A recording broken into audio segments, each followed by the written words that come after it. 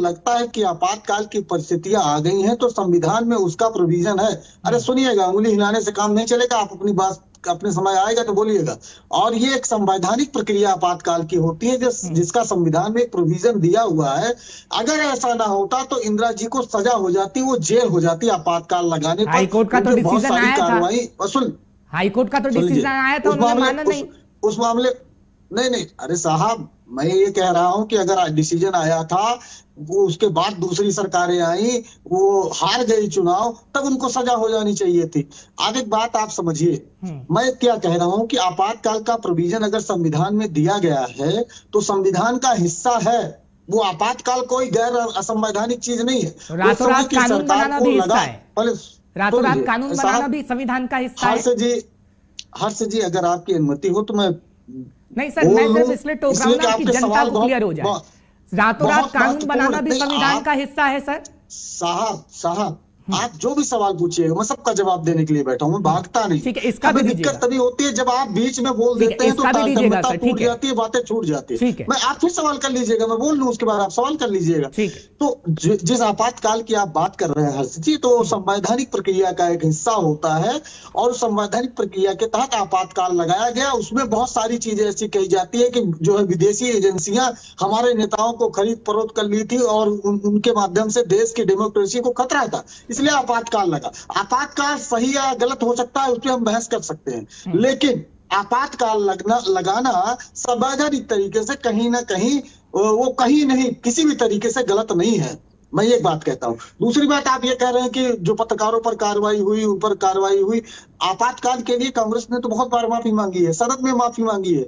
आप अगर ये बात कहते हैं, हमने उसके लिए माफी मांग ली, गलती मान ली कि हमसे या हमारे जो नेताओं ने किया, अगर आपको लगता है तो उसके लिए हम क्षमा प्रार्थी। लेकिन क्या भाजपा भारत समाचार पर कार्रवाई जो की और कुछ नहीं निकला उसके लिए माफी मांगेंगे क्या? चलिए ठीक है संदीप जी, पर इन्होंने एक बात की मैं आपकी सराहना करता हूं संदीप जी, एक बात की सराहना करता हूं कि लाइव डिबेट में आप कह रहे हैं कि भैया हमसे गलती हुई थी और आप क्षमा प्रार्थी हैं, लेकिन आपने मेरे सवाल का एक जवाब नहीं दिया।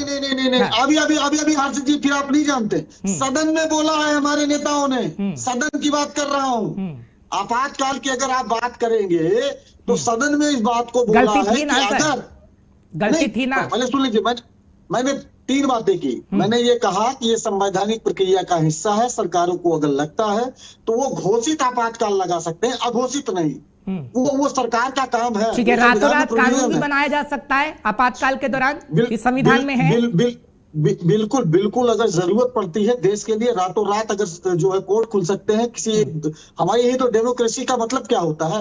अगर हमें लगता है संसद का मतलब क्या, सारे सांसद जो है सोच लीजिएगा सर, फिर फंस मत जाइएगा उस दिन की तरह।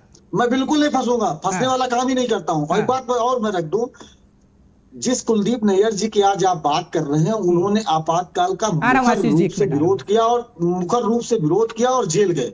फिर उसके बाद उन्होंने एक संस्था बनाई जिसका मैं जिक्र कर रहा था, ईजीआई।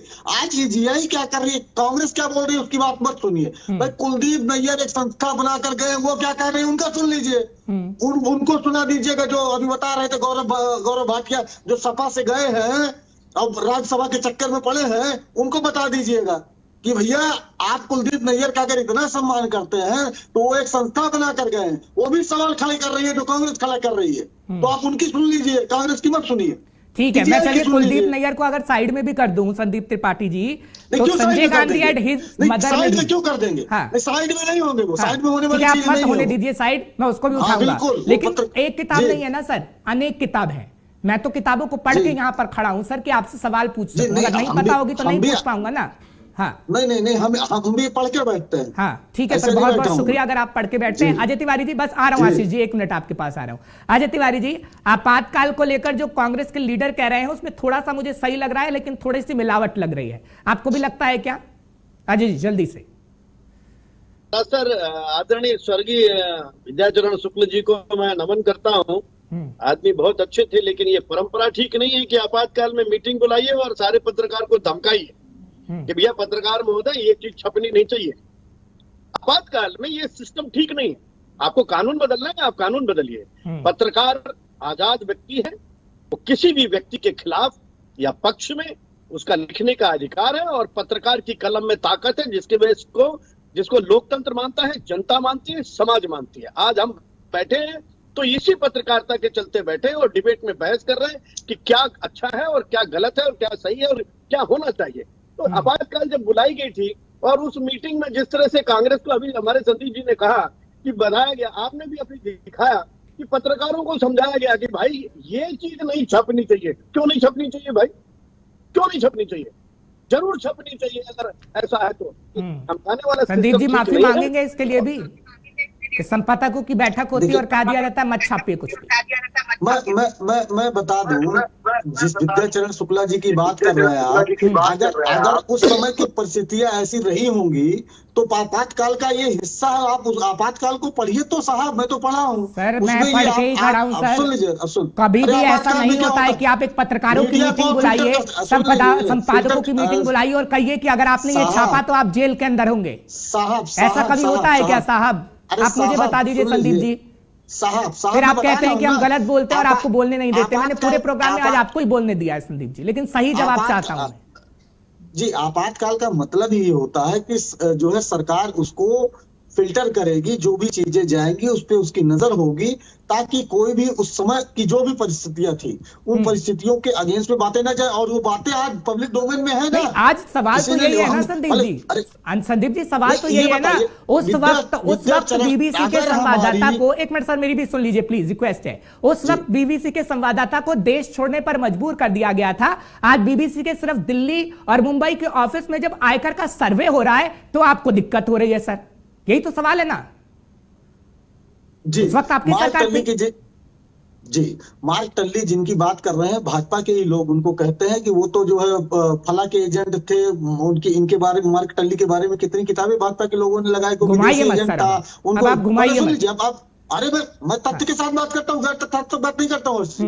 उन्हीं मार्क टल्ली जी के बारे में भाजपा के ही लोग कहते हैं कि वो फला एजेंसियों के तो जो है एजेंट थे, उनके माध्यम से इंदिरा जी काम करते थे। नहीं तो फिर मेरे पास सारा चिट्ठा है, मैं खोलूंगा तो मुझे डिबेट आगे बढ़ानी पड़ेगी। या तो आप आशीष जी जल्दी से, ठीक है मैं आशीष जी को बोलने देता हूँ सर, आपके आरोपों का जवाब देते हैं क्योंकि मैं तो पार्टी का प्रवक्ता हूं नहीं। जल्दी से आशीष जी।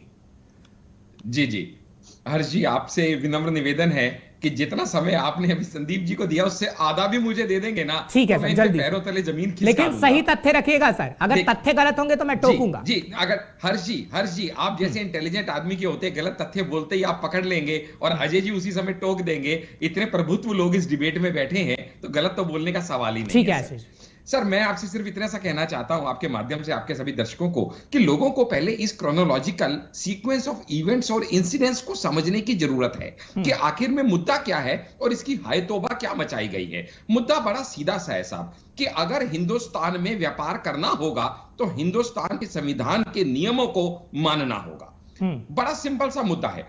जब हिंदुस्तान के नियम गूगल पे अप्लाई होते हैं, ट्विटर पे अप्लाई होते हैं, टिकटॉक पे अप्लाई होते हैं, अमेजॉन पे अप्लाई होते हैं, तो बीबीसी पे अप्लाई क्यों नहीं होंगे?